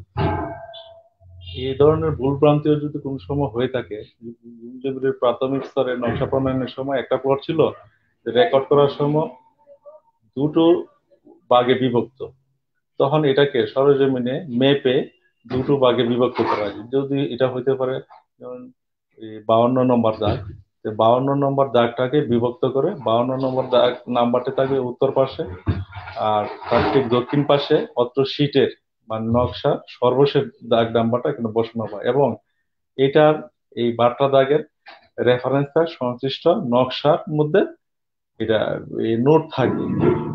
আবার নকশার মধ্যে আরেকটা সমস্যা আছে, যেমন 1 হতে 50 পর্যন্ত দাগ নাম্বার বসানোর পরে 51 নম্বর দাগটি ব্যবহৃত হয় নাই, তখন চলে গেছে 52 নাম্বার, অর্থাৎ 51 নম্বর দাগটি হলো ছোট দাগ, এই নাম্বারটি অত মৌজার নকশায় ব্যবহৃত হয় নাই।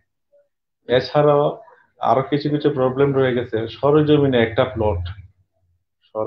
একটা প্লট কিন্তু জরিপকালীন সময়ে এই প্লটটি দুটি মৌজায় অঙ্কিত হয়েছে অথবা দুটি শীটে অঙ্কিত হয়েছে। কিছু কিছু প্লটও আছে 2 থানার মাঝখানে আছে, 2 ইউনিয়নের মাঝখানে, 2 মৌজার মাঝখানে, 2 শীটের মাঝখানে। তখন দেখা যায় কি, যেই মৌজায় যতটুকু জমি থাকে ততটুকু নিয়ে এই মৌজায় নকশা অঙ্কিত হবে, অবশিষ্ট ভূমিটি পার্শ্ববর্তী মৌজার জরিপকালীন সময় অঙ্কিত হবে। যেহেতু দুটি মৌজার জরিপ যদি একই সময়ে হয়, তাহলে এটা মিলিয়ে এই নকশার বিষয়টা একটা পরিষ্কার ধারণা পাওয়া যায়। যেহেতু দুটি মৌজার জরিপ কার্যক্রম দুটি ভিন্ন ভিন্ন সময় হয়ে থাকে, তাহলে এটা মিলানো কষ্টকর। অনেক সময় দেখা যায় একটি প্লট দুটি শীটে অন্তর্ভুক্ত, দুটি শীটে দুইজন আমিন কাজ করতেছে, ওনার জমি হয়তো দেখা গেল 1 একর আছে, তখন 1 নং শীটে ওনার জমি আসলো 24 শতাংশ, আর 2 নং শীটে জমি আসার কথা 76 শতাংশ, এখানে এসেছে 70 শতাংশ বা 72 শতাংশ। বা দুইটার শীট না একত্রে করলে কালাম ভাই, মেপে পাওয়া না যায়। এখানে জি, কালাম ভাই আপনার দুঃখিত আপনাকে, না এখানে আমার সহজ প্রশ্ন যারা আমার ভিউয়াররা জানতে চায়, যে আমি পরে জি, জানতে পারলাম আমার খতিয়ান ঠিক আছে কিন্তু নকশায় ভুল, হয়তো নকশায় আমার জমিটা কম আসছে বা নকশাতে জি, ওই দাগ নাম্বার নাই, তাহলে আমরা তো খতিয়ান সংশোধনটা আপনার দেখলাম স্তর ভিত্তিক করতে জি, জি, পারতেছি, এবং জি, পরবর্তীতে গেজেট হওয়ার পরে আমাদের রোশন ভাই বললেন আমরা ল্যান্ড সার্ভে ট্রাইব্যুনাল বা স্পেসিফিক রিলিক ট্যাবলে যাব।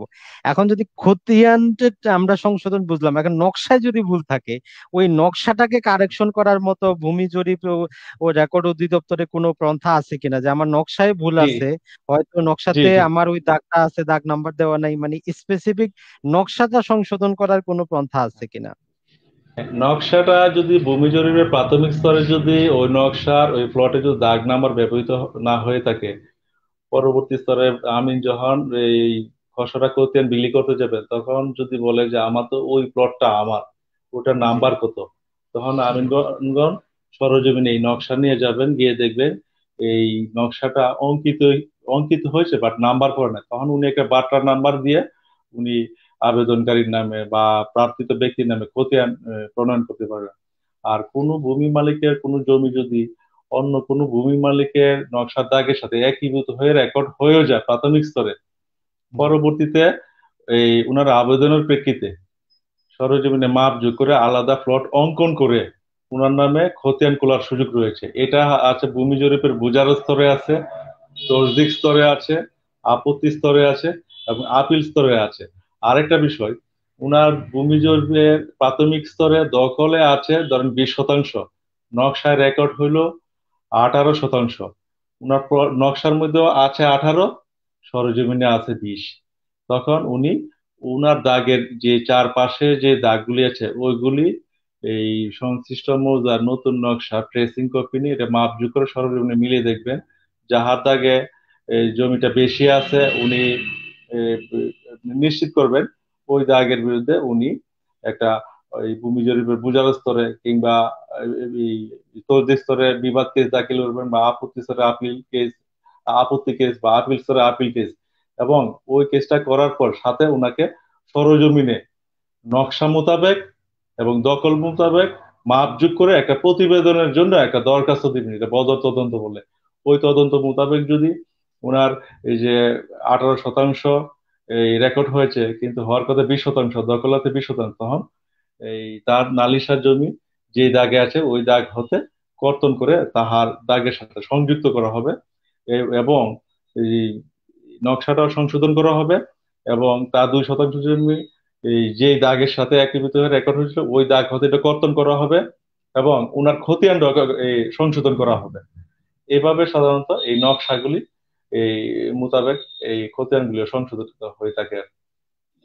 জি তবে আপনাকে বিষয়গুলো সম্পূর্ণ কারিগরি মূলক, এই বিষয়গুলো বুঝতে গেলে অনেক নকশা দ্বারা এটা ক্যালকুলেশন করে সবার জন্য মাপজোকের বিষয়। আর এটা ম্যানেজমেন্টের না, এটা সম্পূর্ণ টেকনিক্যাল বিষয়। জি না, আপনাকে মানে প্রশ্নটা করার মেইন কারণ যেটা আমার পাশের মৌজা, আমার নিজের বাস্তব একটা অভিজ্ঞতা আছে, যেটা হচ্ছে কি ওই দাগে জমি হচ্ছে 5 একর 25 শতক। এখন জি। ওই দাগটা একটাই দাগ, একই মালিক, কিন্তু খতিয়ানে আসছে মাত্র 25 শতক, 5 একরটা বাদ গেছে। হ্যাঁ এখন এইটা ওই ওই ওই হিসাবে গেজেট হয়ে গেছে, 25 শতক হিসাবে জি গেজেট হয়ে গেছে। তো এইভাবে জি বিভিন্ন দিন চলার পর পরবর্তীতে যখন মানুষের নাম জারি করবে, তো কিছু টাকা পয়সা দিয়ে ওই মূল ভলিউমে কিন্তু 25ই আছে। তো ওই দুই জি, নাম্বার যে নকশায় কিন্তু যেখানে 5 একর 25, নকশায় ঠিক নকশায় আছে, আছে, সরজমিনও ঠিক আছে। যে ওই শুধু এটা এক এক নাম্বার যে বই আছে সরকারে যেটাকে গেজেট করে, ওই জি, বইতে 25 শতক মানে 5 একরটা নাই। তো এটা পরবর্তীতে টাইপে আসে নাই, আমার হ্যাঁ ধারণা টাইপে আসে নাই। আমি ওইটাই একটু আর কি। বলবো, আমি বলেন। বলবো যে রওশন ভাই আগে একটা কথা বলেছেন যে ক্লারিক্যাল মিস্টেকের কথা। এটা মৌজাটা যদি গ্যাজেট হয়ে যায়, গ্যাজেট হয়ে যাওয়ার পরে ল্যান্সার ট্রাইব্যুনালে মোকদ্দমা করে এটা সংশোধন করা যাবে। তবে ল্যান্সার ট্রাইব্যুনালের মোকদ্দমার সাথে এটা সরজমিনে নকশা এরিয়া, খতিয়ানের এরিয়া এবং সরজমিন এরিয়া তিনটা মিলিয়ে একটা প্রতিবেদনের আবশ্যকতা দেখা যায়। আর ওখানে যদি সময় পার হয়ে যায়, এটা এই যে ভূমি মন্ত্রণালয়ের 2015 সনে 841 নং যে একটা সার্কুলার, ওই সার্কুলারের নির্দেশনা মোতাবেক রাজস্ব আদালত অর্থাৎ সরকারি কমিশনার ভূমি এটা ক্লারিক্যাল মিস্টেক হিসাবে এটা উনি এই সমাধান করতে পারেন। এই ক্ষেত্রে উনার কাছে দরখাস্ত করলো উনি সার্ভেয়ারকে তদন্তপূর্বক রিপোর্ট দেওয়ার জন্য আদেশ দিবেন। সার্ভেয়ার সরজমিনের এরিয়া, পুরনো নকশার এরিয়া, নতুন নকশার এরিয়া এবং প্রিন্টেড খতিয়ানের এরিয়া এবং মৌজা বহির 1 নং বহিতে যে ইন্ডেক্স আছে ওই দাগের পার্শ্বে জমির পরিমাণ যেটা আছে ওটা সবকিছু মিলিয়ে উনি যদি দেখেন সরজমিনে জমি আছে, নকশা জমি আছে, তাহলে উনি নকশা পরিমাণ বৃদ্ধির জন্য সুপারিশ পূর্বক প্রতিবেদন দাখিল করে ওই প্রতিবেদনের ভিত্তিতে ওই খতিয়ানটা সংশোধন হবে, ইন্ডেক্সটা সংশোধন হবে এবং সংশোধনের একটা কপি এই জেলা প্রশাসকের কালে রেকর্ড রুমে যাবে, অর্থাৎ আর ভূমি মালিককে একটা প্রদান করা হবে। এটা জি হচ্ছে আপনার জি এটা হচ্ছে আপনাকে রাজস্ব আদালতে। আর ভূমি জরিপ আমি বুজার স্তরে, তসদিক স্তরে, আপিল স্তরে, আপত্তি স্তরে, প্রত্যেক স্তরে ঠিক একই প্রক্রিয়ার মাধ্যমে এই এটা সংশোধন করার সুযোগ রয়েছে। জি কালাম ভাই, আসবো আপনার কাছে আবার। তো একজন সার্ভেয়ার এমডি স্বামী মুনে আপনার কাছে একটা প্রশ্ন করছেন যে অনেক খতিয়ানের মন্তব্য কলামে 24-এর 1 ধারা মতে লেখা থাকে, তো হ্যাঁ, এইটা আসলে এসে এই খতিয়ানে এই লেখা থাকে। এই বিষয়ে রওশন ভাই খুব ভালো জানেন, আপনিও জানেন। আশা করি এটা রোশন ভাই এটার উত্তরটা দিবেন যে না না, এসে আপনার কাছে খতিয়ানের মন্তব্য কলম এটা লেখা থাকে। প্রশ্নটা আপনার কাছে করা হয়েছে না। উনি আমাকে ব্যক্তিগতভাবে খুব চিনেন, উনি জিপিএস মেশিন নিয়ে দেখেন বসে আছেন, উনি স্যাটেলাইটের ইমেজ টিমে যা আছে, আচ্ছা, উনি যাই হোক ডিজিটাল আসলে সার্ভে, আস- একজন উজ্জ্বল নক্ষত্র হবে বটে। উনি আমার জি প্রত্যেকটা বিষয় শেয়ার করেন, কমেন্টস করেন, লাইক করেন, জি। সর্বত্র আমার বিষয়গুলি উনি ছড়িয়ে দেন। উনি ঢাকা সম্ভবত সাভার এলাকায় উনি বসবাস করেন। তো উনি যাই খুব হোক ভালো। আসলে এটা অনেকেই এই প্রশ্নটা করেন যে 24-এর এক ধারা মতে লেখা থাকে, তো আসলে কথা হচ্ছে যে যখন এখনকার খতিয়ানও দেখবেন যে মিউটেশন খতিয়ানও লেখা থাকে রাজস্বটা কত, খাজনাটা কত, আপনার যে হুম, হুম, খতিয়ানটা হচ্ছে এই জমির বিপরীতে কত টাকা খাজনা, লেটেস্ট যেগুলো সেটাতে লেখা থাকে শতাংশ হিসাবে। তো এখন আপনার যদি মনে হয় বা ওই যে খতিয়ানটা প্রস্তুত করার সময় যিনি রায়ত ছিলেন, প্রজা ছিলেন, তার যদি মনে হয় যে না তার খাজনাটা একটু বেশি নেওয়া হয়েছে, উনার এটা একটা রিভিশন করার প্রয়োজন, যদি ওই খতিয়ানটাকে যে খাজনা নির্ধারণ করা হয়েছিল ওইটা রিভিশন করার ক্ষমতা এই 24-এর এক ধারায় দেওয়া আছে, যে রাজস্ব কর্মকর্তা জরিপকালীন ছিলেন উনি যদি ওইটা চেঞ্জ করেন তখন মন্তব্য কলামে উনি লিখে দেন যে 24-এর এক ধারা মোতাবেক আমি এই যে এটা রিভিশন করা হয়েছে, ওনার যে খাজনাটা নির্ধারণ করা হয়েছিল এটা কমানো হয়েছে বা বাড়ানো হয়েছে বা একই রকম রাখা হয়েছে, মানে ওইটা কমানোর জন্য বা ওইটা পরিবর্তনের জন্য একটা অ্যাপ্লিকেশন দেওয়া হয়েছে, তার বিপরীতে সেটা গ্রহণ হোক বা না হোক ওই জন্য মন্তব্য কলামে আমরা যেমন দেখলাম যে জরিপকালে মন্তব্য কলামে অসংখ্য কিছু লেখা থাকে, আপিল নাম্বার, এই যে আপিল পর্যায়ে, বিবাদ পর্যায়ে, আপত্তি পর্যায়ে, তো ওই রকম ওইটা লেখা থাকে, আর যেটাই লেখা থাকে ওই রকম হুবহু প্রিন্ট করা হয়। তো ওই জন্যই আসলে 24-এর এক ধারা লেখা থাকে, এটা স্টেট অ্যাকুইজিশন এন্ড টেন্ডেন্সি অ্যাক্টের ধারা, এই আইনটা এখনো কার্যকর আছে। আপনারা চাইলে পড়ে নিতে পারেন আইনের বই থেকে, রাষ্ট্রীয় অধিগ্রহণ এবং প্রজাস্বত্ব আইন। তো যাক, আমরা আসি আরো কিছু কার্যকর কথায়। আমরা তো মোটামুটি জানলাম আমাদের রোশন ভাই এবং কালাম ভাই থেকে যে খতিয়ানটা কিভাবে প্রস্তুত করা হয় আর কিভাবে আমরা সংশোধন করব। তো এখন আমরা রোশন ভাইয়ের কাছে যে মানে জাস্ট ছোটখাটো কয়েকটা প্রশ্ন করব যেগুলো সবার প্রশ্ন থাকে বা কমেন্ট সেকশনেও আছে, যে খতিয়ানে নাম থাকলেই কি জমির মালিক হয় কিনা, রোশন ভাই? না, আসলে এটা অনেকের ধারণা যে আসলে জোর করে আমরা যখন খাটাইতে যাই তখন কিন্তু মানে যার নাম থাকবে খতিয়ানে তিনি কিন্তু জোর করে চাইবে যে আমার খতিয়ানে নাম আসা মানে কিন্তু বিশাল একটা বিষয়, আমি এটা দিয়ে মালিক হয়ে গেলাম। এখন আমরা কিন্তু আইনের দিকে কম লক্ষ্য দিতে চাই, যিনি যেই সাইডে থাকেন তিনি ওইটাকেই আইনে পরিণত করার একটা টেন্ডেন্সি আমাদের মধ্যে দেখা যায়। যদি কারো নাম দেখা যায় কোনোভাবে খতিয়ানে চলে আসে তখন তার মধ্যে একটা ধারণা তৈরি হয় আমার যদি মালিকানা নাই থাকে তাইলে খতিয়ানে আমার নাম কি আকাশ থেকে পড়বে নাকি, এই ধরনের একটা বিষয় অনেকের মধ্যে কাজ করে। তবে আসলে ধারণাটা সঠিক না। শুধুমাত্র খতিয়ানের নাম দিয়েই কিন্তু কেউ মালিকানা দাবি করতে পারে না, কারণ এই, এটা আপনার টাইটেল কে বহন করে না, মানে মালিকানা সত্ত্বকে রিপ্রেজেন্ট করে না আপনার খতিয়ান। খতিয়ান শুধু দখলে যে যিনি ছিলেন রেকর্ডের সময় যখন খতিয়ান গুলা প্রস্তুত করা হয় সেই রেকর্ডের সময় তাকে যদি সেখানে পাওয়া যায়, তাকে যদি দখলে পাওয়া যায় তখন কিন্তু তার নামটা খতিয়ানে আসছে। এবং সেটা যদি এমনও হইতে পারে যিনি প্রকৃত মালিক তিনি সেখানে অবস্থান না করার কারণে এই ভুলবশত তার নাম চলে আসতে পারে। তার মানে তিনি খতিয়ানের নাম দিয়েই যে সেখানে মালিকানা সত্য দাবি করবেন সেটা কিন্তু তিনি পারবেন না। তাকে অবশ্যই খতিয়ানের নামে পাশাপাশি তিনি সেই জমিতে কিভাবে মালিক হলেন তার প্রিভিয়াস হিস্ট্রি, এবং এই প্রিভিয়াস হিস্ট্রি মানে অতীতের যে এই চেইন অফ ওনারশিপটা তাকে কিন্তু পাশাপাশি সেটা প্রমাণ করতে হবে যে আমার খতিয়ানে এই নামটা আসার পিছনে আমি এর আগে এইভাবে মালিক ছিলাম, দলিল বলছিলাম, অথবা তার আগের খতিয়ানে আমার মালিকানা ছিল অথবা আমার পূর্বপুরুষের নাম ছিল, তাদের প্রেক্ষাপটে আমি ধীরে ধীরে এই খতিয়ানে আমার নাম এসেছে। কোনো খতিয়ানে হুট করে নাম আসা মানেই তিনি সেই খতিয়ান বলেই কিন্তু মালিকানা সত্য দাবি করতে পারেন না, এটা সংক্ষেপেই বলা চলে। জি রোশন ভাই, আপনাকে অসংখ্য ধন্যবাদ। আসলে এটার উপর ভিত্তি করেই যত মামলা মোকদ্দমা সবকিছু কিন্তু হয়ে যায়। তো যাক, এখন আমরা কালাম্বের কাছে আরো যে ছোটখাটো প্রশ্নগুলা যেগুলা সবাই করতে চাই, যে আসলে এই পর্যায়ে আমরা জানি যেহেতু আপনি নিজে অনেক সার্ভিং এর সাথে জড়িত প্লাস এই জরিপ কাজে বিভিন্ন জায়গায় গেছেন, তো আমার নিজেরও একটা প্রশ্ন হচ্ছে উপজেলা পর্যায়ে আমরা যদি এই সেটেলমেন্ট অফিস রাখতে পারি, জেলা পর্যায়ে আমরা না রাখে আমরা জোনাল করে কেন মানে একটু অনেক দূরে রাখি? কারণ সেটেলমেন্ট পর্যায়ে অনেক সমস্যা হয়, আপিল করতে হয় বিভিন্ন কারণবশত। এখন যেমন ধরেন আপনার যে পঞ্চগড়, ঠাকুরগাঁও, দিনাজপুর, এখন পঞ্চগড়ে কোনো জরিপ চলতেছে, এখন সেটেলমেন্ট অফিসারের কোনো আদেশের বিরুদ্ধে যদি আমরা আপিল করতে হয়, সেই পঞ্চগড় থেকে আমরা 100 কিলো দূরে দিনাজপুরে আসে দিনাজপুরে আপিল আসে। করতে হচ্ছে। তো সরকার বা এই জরিপ অধিদপ্তর এ তো জোনাল 19টা না করে 64টা জেলার মধ্যে 61টা জেলায় যেহেতু জরিপগুলা চলে, তো প্রতিটা জেলায় ওনারা এই যে সেটেলমেন্ট অফিসারের যে কোনো আপিলের বিরুদ্ধে, কারণ আমরা জানি প্রশাসনিক ব্যবস্থা আমরা নর্মালি বুঝি উপজেলার পরে জেলা, উপজেলায় যেটা থাকবে তার বিরুদ্ধে আমরা জেলায় আপিল করব।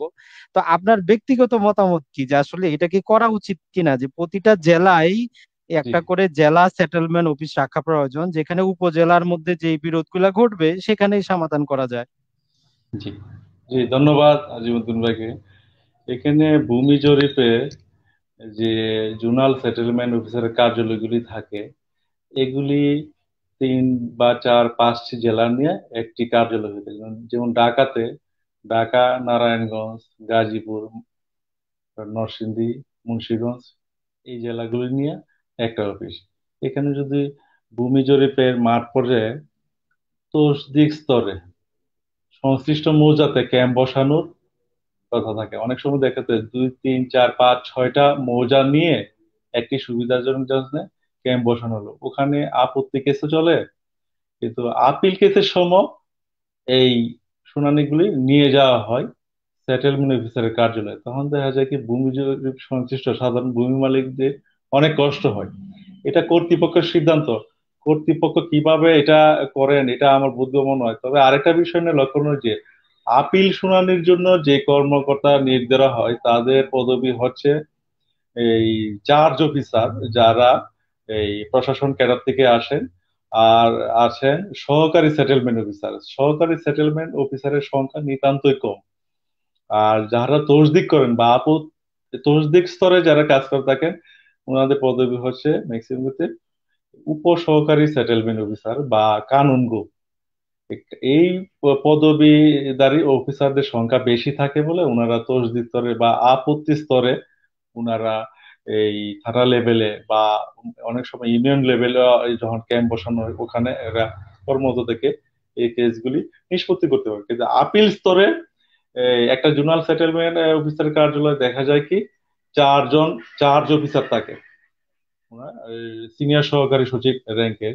আর সহকারী সেটেলমেন্ট অফিসারের সংখ্যা থাকে 2 জন বা 4 জন, কোনো কোনো ক্ষেত্রে বেশি থাকে, কোনো ক্ষেত্রে ডিপুটেশনে কাজ করে থাকে। এই অফিসারের সীমাবদ্ধতার কারণে এই আপিল কেসগুলি এই থানা লেভেলে বা জেলা লেভেলে যে ক্যাম্প আছে ওখানে পরিচালনা করা সম্ভব হয় না। এটা হচ্ছে আমার এই অভিজ্ঞতায় দেখা আর কি। আমি ঢাকা সেটেলমেন্টও দেখেছি আপিল কেস সব তেজগাঁ সাত রাস্তা হয়েছে। মৌজা রয়েছে দেখা যায় কি সাভারে বা বিভিন্ন জেলাতে, পার্শ্ববর্তী জেলাতে। এটা আসলে কর্তৃপক্ষর একটা সিদ্ধান্তের বিষয়। কর্তৃপক্ষ যদি এই অন্যান্য পোস্টের সংখ্যা যদি বৃদ্ধি করতে পারেন বা সহকারী সেটেলমেন্ট অফিসার যদি পদোন্নতির মাধ্যমে এই পদগুলি সৃষ্টি করেন, তাহলে ওনারা গিয়ে আপনার প্রত্যেক থানা লেভেলে বা জেলা পর্যায়ে আপিল কেসগুলি নিষ্পত্তি করতে হবে। অর্থাৎ ভূমি জরিপের সকল এই কেসগুলি থানা লেভেল কিংবা জেলা লেভেলে এটা নিষ্পত্তি করার সুযোগ সৃষ্টি হবে যদি এই পদগুলি বৃদ্ধি করা হয়। জি, ওইটাই তা আমরা আমার ওইটাই আপনার সাথে আমি একমত পোষণ করি। ওইটাই আমরা চাচ্ছি যে আসলে যেহেতু ভূমি মন্ত্রণালয় ভূমির সমস্যা সমাধানে অনেক কিছু করতে চাচ্ছে, তো আসলে একজন এই এই যে মানে একটা দুঃখ যে আপনার যে একটা সমস্যা আপিল করবেন, আপনাকে 100 কিলো 200 কিলো দূরে গিয়ে আপিলটা করতে হচ্ছে, যেটা একে তো আপনার মানুষের এখন যদি চিন্তা করেন, এখন করোনা যাওয়াটাও সমস্যা, টাকা পয়সার ব্যাপার আছে। আর বাংলাদেশের প্রশাসনিক ব্যবস্থা আমরা সবকিছুই জানি, প্রতিটা জেলায় সবকিছু নিয়ন্ত্রণ করে।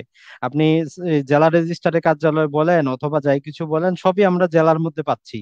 তো সেই হিসাবে আমরা এটা দাবি করতে পারি যে ভূমি মন্ত্রণালয় আগামী দিনে যাতে প্রতিটা জেলা ভিত্তিক এই যে সেটেলমেন্ট অফিসারের আদেশের বিরুদ্ধে আপিল করার যে ক্ষমতা সম্পন্ন অফিসার নিয়োগ করে বা একটা অফিস করে যাতে দেয়, তাহলে হয়রানিটা মানুষের অনেক কম হবে, খুব দ্রুত কিন্তু একটা রেমেডি পাওয়া যাবে।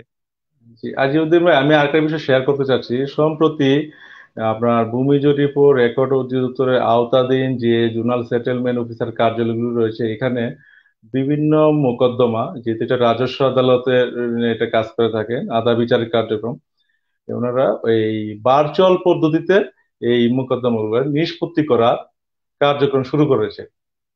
এটা আশার আলো। আর এই ভূমি মন্ত্রণালয় আরেকটা উদ্যোগ গ্রহণ করেছেন, যে এডিসি রেভিনিউ বা অ্যাসিডেন্ট, ওখানে যে এই নামজারি সংক্রান্ত, নামজারি খতিয়ান এই সংশোধন বা বাতিল সংক্রান্ত যে মোকদ্দমাগুলি আছে, সেগুলি অনলাইনে এই ওনার প্রজেক্ট হিসাবে এটা চালু করেছেন। বিভিন্ন জায়গায় শুরু হয়ে গেছে, আর অনেক জায়গায় এটা শুরুর প্রক্রিয়াতে। এটা ভূমি জরিপ ও রেকর্ড অধিদপ্তর, এটা কিছু কিছু জায়গায় শুরু হয়ে গেছে, কিছু কিছু জায়গায় শুরুর প্রক্রিয়াধীন রয়েছে। অর্থাৎ না কেসগুলি দায়ের হবে অনলাইনে, আর শুনানিটা হবে, ডিসপোজাল হবে অনলাইনে শুনানির মাধ্যমে। না, তবে এটার মধ্যে কিছু কথা আছে। আমরা ওই যে সচিবের বক্তব্য আমিও শুনছি, ওনাকেও প্রশ্ন করা হয়েছে, বিটিভিতে ওনার একটা অনুষ্ঠান ছিল। তো বলা হয়েছে যে আপনার মূল কাগজ ছাড়া তো আপনারা শুনানি করেন না। তা আমি অনলাইনে যে আপনারা আমার এটা করতেছেন, বলতেছে যে তাহলে মূল কাগজ নিয়ে আপনাকে একদিন আসতেই হবে। তার মানে দিন শেষে যেটাই হচ্ছে, আপনি যতই অনলাইন অনলাইন করেন, আপনারে ওই মূল কাগজ নিয়ে একদিন যাইতেই হবে। তার মানেটা কি? তার মানে হচ্ছে দিন শেষে ওই যেই লাউ সেই কিন্তু কদুই। আপনি কিন্তু এখন যেমন আপনি অনলাইনে মিউটেশন করতে পারতেছেন, মিউটেশন খতিয়ানটা আপনি দেখতে পান না। আপনি সবকিছু অনলাইনে করতেছেন, যেইটা অনলাইনে করলেন সেটা আপনি দেখতে পারেন না। মানে আপনি জীবনটাই অনলাইনে দিয়ে দিলেন, এখন যেই যেই জীবন অনলাইনে দিলেন সেই জীবনই দেখতে পারেন না যে তার ফলাফলটা কি। সেটার জন্য আবার আপনাকে ম্যানুয়ালি যাইতে হয়। তার মানে এখন আমরা বলতে পারি না যে আসলে তাদের যে পরিকল্পনা এটা বাস্তব ভিত্তিক না।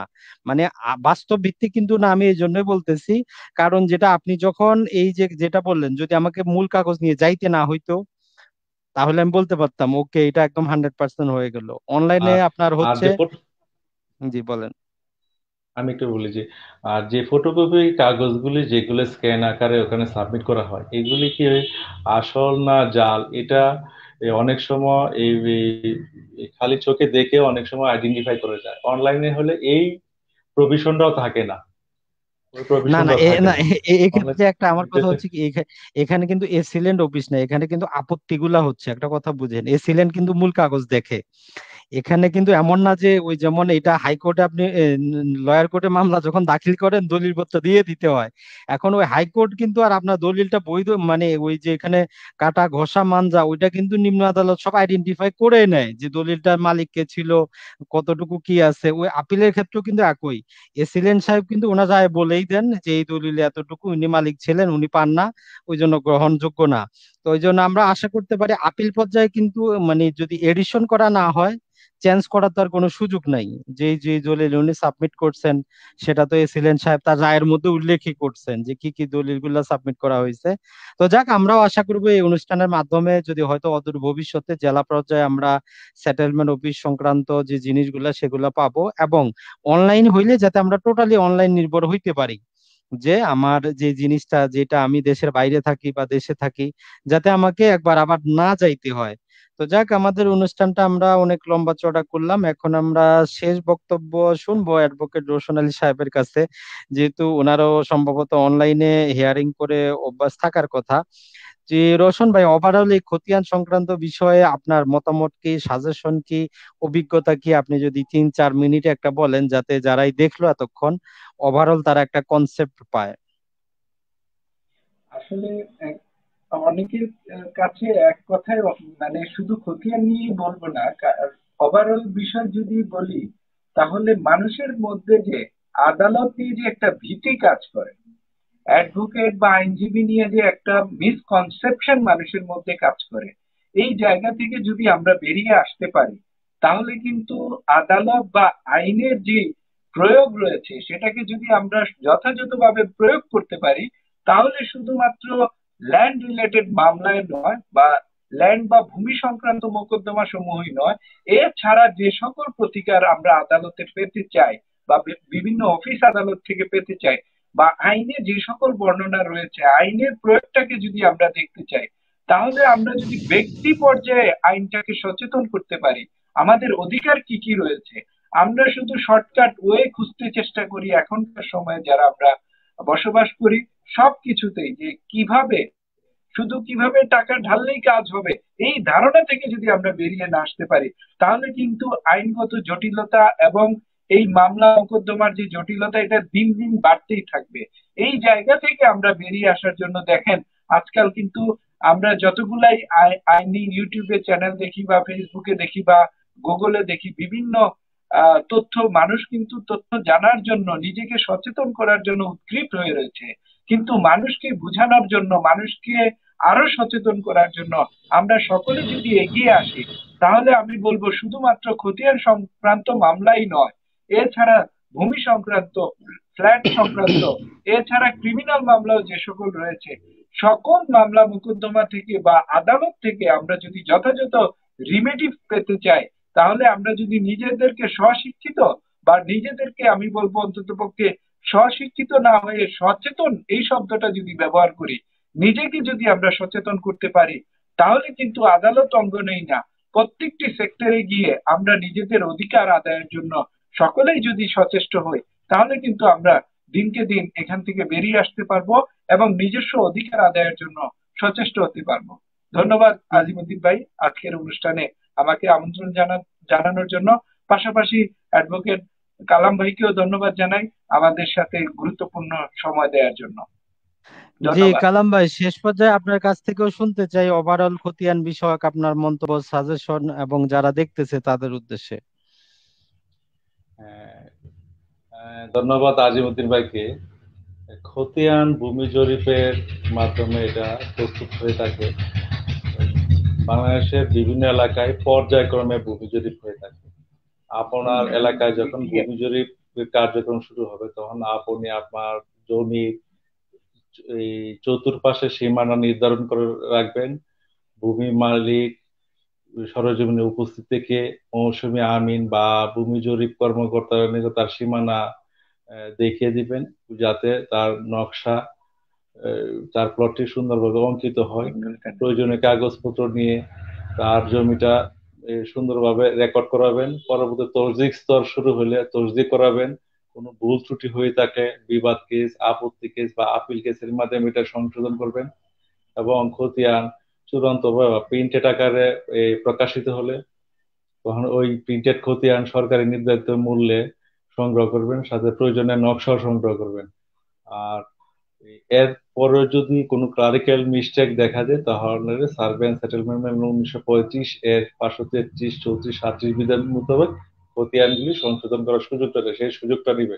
এবং মৌজা গেজেট হয়ে যাওয়ার পর যদি কোনো ভুল ত্রুটি দেখা যায়, তাহলে একজন সিভিল বিষয়ে অভিজ্ঞ, অর্থাৎ জমি জমার বিষয়ে অভিজ্ঞ একজন দেওয়ানি আদালতের নিয়মিত প্র্যাকটিস নিয়ে এমন একজন আইনজীবী নিযুক্ত ক্রমে আপনার খতিয়ান সংশোধনের মোকদ্দমা করবেন এবং যথাযথভাবে তদবির গ্রহণ করে মোকদ্দমাটি নিষ্পত্তি করার ক্ষেত্রে আইনজীবীর সাথে যোগাযোগ রেখে আপনার খতিয়ানটি সংশোধন করবেন। এবং খতিয়ান আপনার নামে প্রণীত হলে আপনার প্রতি বাংলা বছরের বৈশাখ মাসে ভূমি উন্নয়ন কর দেওয়ার চেষ্টা করবেন। ভূমি উন্নয়ন কর নিয়মিত প্রদান করতে গেলে আপনার খতিয়ানের যদি কোনো ঝামেলা থাকে, তাহলে বিষয়গুলি সহজে শনাক্ত হয়। তবে নিয়মিত ভূমি উন্নয়ন কর প্রদান করে থাকলে খতিয়ানে কোনো সমস্যা সাধারণত থাকে না। কারণ এই ভুল খতিয়ানে বা এই কোনো মোকদ্দমাভুক্ত কোনো খতিয়ানভুক্ত জমির খাজনা সাধারণ ভূমি অফিস সাধারণত নেয় না। সেজন্য সকল ফেসবুক বিয়ার বা বন্ধুদের নিকট আমার আবেদন, আপনি আপনার খতিয়ান নিজে সুরক্ষিত রাখবেন। সেই পারপাসে প্রতি বাংলা আসনের বৈশাখ মাসে আপনি ভূমি উন্নয়ন কর নিয়মিত প্রদান করবেন। ধন্যবাদ আজিমউদ্দিন ভাই। জি কালাম ভাই, অসংখ্য ধন্যবাদ আপনাকে। তো আমরা আপনাদের দুইজনকে অসংখ্য ধন্যবাদ জানাবো, এবং যারা এতক্ষণ ধরে আমাদের ভিডিওগুলো দেখলেন, ভিডিওটা লম্বা ভিডিও দেখলেন, তাদেরকে আমরা আজকে টোটাল অনুষ্ঠানের যে সারমর্ম সেটা জাস্ট আমরা 2 থেকে 3 মিনিটে একটু সামারাইজ করে দেই, তাহলে হয়তো যারা পরে জয়েন করেছেন তারাও উপকৃত হবেন যে আমাদের দুইজন বিজ্ঞ আলোচক কি আলোচনাটা করলেন, বা আপনারা এত লম্বা সময় যেটা দেখলেন সেটা একটু রিভিশন হয়ে যাবে। তো প্রথমতই কথা হচ্ছে, বাংলাদেশের 64টা জেলার মধ্যে 61টা জেলায় জরিপ কাজ চলে, যেই পার্বত্য 3টি জেলা এক্সক্লুড করা আছে, যেহেতু এই অঞ্চলে বিভিন্ন সমস্যার কারণে সরকার 1984 সালেও যদিও চেয়েছে জরিপ করতে পারেনি, তাই বাকি 61টা জেলায় সরকার তার প্রয়োজনে বিভিন্ন সময় বিভিন্ন রকম জরিপ কাজ করে, যেগুলো আমরা জানি পূর্বে করেছে সিএস, এসএ, আরএস, বর্তমানে বিএস বা বিআরএস চলতেছে। তো জরিপ কাজটা টোটালি একটা স্তর ভিত্তিক কাজ। আপনার যে জমি দখলে আছে সেই জমিটা যেই আপনার কাছে খতিয়ানের নাম থাকতে পারে, আপনি পৈতৃক সূত্রে মালিক হতে পারেন, ক্রয় সূত্রে হতে পারেন অথবা অন্য কোনো টাইটেল সূত্রে হতে পারেন, যেমন নিলাম সার্টিফিকেট, আদালতের ডিক্রি, অসংখ্য কিছু হতে পারে। তো যখন জরিপ আমিন যারা আছেন, যাদেরকে আমরা বলি যে যেখানে ৩ জন আমিন থাকেন, যে বদর আমিন, সর্দার আমিন এবং চেইনম্যান, মূলত এই ৩ জনেরই কাজ জরিপ কাজগুলা করা। তো আপনি আপনার জমির সীমানাটা ভালো করে দেখায় দিবেন যে আপনার জমির সীমানাটা কোথায় কি পর্যন্ত। তো উনারা মাপঝোঁক করে পরবর্তীতে আপনাকে প্রাথমিক একটা খসড়া খতিয়ান দেন, যেটা হাতে লেখা থাকে, যেখানে কোনো রাজস্ব অফিসার বা কোনো সরকারি সিল থাকে না। তো এখানে একটা খতিয়ান নাম্বার থাকে। পরবর্তীতে যেটা হয়, এটাকে আপনাকে যেটা করতে হয়, আপনার মালিকানা টাইটেল যেটা আছে সেটা আপনার ওয়ারিশ সনদ হোক, আদালতে ডিক্রি হোক, নিলাম হোক, যেকোনো প্রকারের দলিল হোক, সেটা তখন রাজস্ব অফিসারের কাছে নিয়ে গেলে উনি আপনার খতিয়ানটাকে তসদিক করে দেন। এ পর্যায়ে যদি আপনার কোনো ভুলভ্রান্তি ধরা পড়ে, তখন আপনি সেখানে খুব সহজেই মাত্র কয়েক টাকা খরচ করে সেটাকে সংশোধন করে নিতে পারেন। তো তসদিকের পর যেটা করা হয়, এই যে খতিয়ানগুলাকে একটা ভলিউম আকারে প্রকাশ করা হয়, যেটাকে আমরা বলি ডিপি খতিয়ান বা ড্রাফট পাবলিকেশন। তো এ পর্যায়ে যদি আপনি ভুলভ্রান্তি ধরা পড়ে, তখন প্রজাস্বত্ব বিধিমালা ৩০ ধারা মোতাবেক আপনি আপত্তি দাখিল করতে পারেন। এই যে আপনি আপত্তি দাখিল করলেন, সেখানে আপনার মালিকানা সংক্রান্ত বা দখল সংক্রান্ত যাবতীয় কিছুর জন্য আবেদন করতে পারেন। খতিয়ানটা সংশোধন করাতে পারেন। নকশায় যদি এদিক ওদিক হয়, বদরের জন্য আবেদন করে নকশাটাও সংশোধন করতে পারেন। তো যদি আপনি সংক্ষুব্ধ হন, ৩০ ধারা প্রজাস্বত্ব বিধিমালা সেকশন 30 মোতাবেক যদি আপনি সংক্ষুব্ধ হন, সেকশন 31 মোতাবেক আপনি সেই সেটেলমেন্ট অফিসার বা উপ সেটেলমেন্ট অফিসারের আদেশের বিরুদ্ধে তার ঊর্ধ্বতন কর্তৃপক্ষের কাছে আপনি আপিল করতে পারেন। আপিল করে আপনি আপনার যেই ভুল ছিল সেটা সংশোধন করে নিতে পারেন। যদি সে পর্যায়েও যদি আপনার ভুলটা সংশোধন না হয়, তাহলে আপাতত জরিপকালীন আপনার আর কোনো অপশন থাকে না। বাকি প্রজাস্বত্ব বিধিমালার যে ধারাগুলো আছে ৩২, ৩৩ বা ৪২, এগুলোতে সেটেলমেন্ট অফিসার তার নিজস্ব বুদ্ধি জ্ঞান থেকে খতিয়ানগুলা, নকশাগুলাকে যাচাই বাছাই করবেন। করণিক ভুল থাকলে সেগুলো ঠিক করবেন। কোন প্রকার প্রতারণা হলে সেগুলো ঠিক করতে পারবেন। শুধুমাত্র ৩১ ধারা পর্যন্তই আপনারা সরাসরি এই খতিয়ানগুলার মধ্যে সংশোধনের সুযোগ পান। এই জরিপকালীন চলার সময় আপনি কোন দেওয়ানি আদালতে মামলাও করতে পারবেন না যে আপনার এটা সংশোধন করা হোক, যতদিন পর্যন্ত না সেটা একটা গেজেট আকারে সরকারি ফাইনালি হচ্ছে। কারণ মনে রাখবেন, এই যে জরিপকালীন খতিয়ান যতদিন গেজেট না হয়, এটা একটা এভিডেন্স হিসাবে আদালতে আপনি দাখিল করতে পারবেন না, যতদিন সরকার ফাইনালি এটাকে গেজেট না করতেছে। তো যখনই একবার সরকার গেজেট করে দিল, আপনার কাছে দুটো অপশন থাকতে পারে। সে অঞ্চলে যদি ল্যান্ড সার্ভে ট্রাইব্যুনাল থাকে, আপনি ১,০০০ টাকা কোর্ট ফি দিয়ে আপনার মালিকানার যে ডকুমেন্ট সহ আপনি আবেদন করে দিবেন। নির্ধারিত যে পন্থা আছে সে পন্থায় আপনি যদি আসলে আপনার মালিকানা থাকে, তাহলে আপনি সেখান থেকে প্রতিকার পাবেন। তবে একটা কথা মনে রাখবেন, এই ল্যান্ড সার্ভে ট্রাইব্যুনালে আপনার মালিকানার বিরোধ থাকলে তারা কিন্তু সেটার কোনো সমাধান করবে না। এর জন্য আপনাকে দেওয়ানি আদালতেরই আশ্রয় নিতে হবে। ল্যান্ড সার্ভে ট্রাইব্যুনালের এখতিয়ার শুধুমাত্র জরিপকালীন যদি আপনার সেখানে কোনো সমস্যা হয় সেটাই। আর যদি অনেক দিন হয়ে যায়, আপনি নির্ধারিত ১ বছর অথবা আরো অতিরিক্ত ১ বছর, এই ২ বছরের মধ্যে মামলা না করতে পারেন, তখন সম্পত্তি যদি আপনার দখলে থাকে, আপনার যদি টাইটেল যদি থাকে, আপনি দেওয়ানি আদালতের আশ্রয় নিতে পারেন। এজন্য স্পেসিফিক রিলিফ অ্যাক্টের সেকশন 42 ব্যবহার করা হয়, একটা ঘোষণামূলক মামলা। তো মোটামুটি এটাই হচ্ছে আমাদের যে জরিপকালীন এবং জরিপ পরবর্তী যে খতিয়ান সংশোধন, সেটাই। তো জাস্ট আমি ৪ থেকে ৪.৫ মিনিট নিলাম। ২ জনকে আমি সরি বলব যে আপনাদেরকে ৪ মিনিট আমি আমার অনুষ্ঠানে আরো বেশি করে যুক্ত করে রাখলাম। তো আশা করি যারা এই ভিডিওগুলো দেখছেন, এতক্ষণ লম্বা সময় ছিলেন, তারা সবাই উপকৃত হবেন। তো আজকে তাহলে আমরা এ পর্যন্তই। আগামী পর্বে আমরা নতুন কোনো বিষয় নিয়ে একসাথে হব। যদি আপনারা লিখে জানাতে পারেন যে কোন বিষয়ে আপনাদের ভিডিওর প্রয়োজন বা কোন বিষয় আপনারা জানতে চান।